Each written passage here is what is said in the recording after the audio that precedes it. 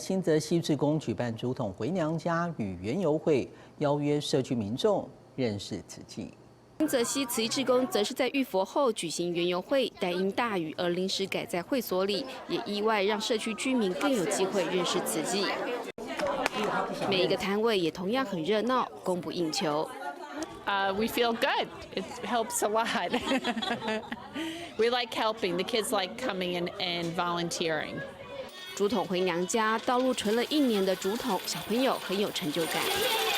我好爱妈妈，我好爱妈妈，我好爱爸爸，我好爱爸爸，我爱大家，我爱大家。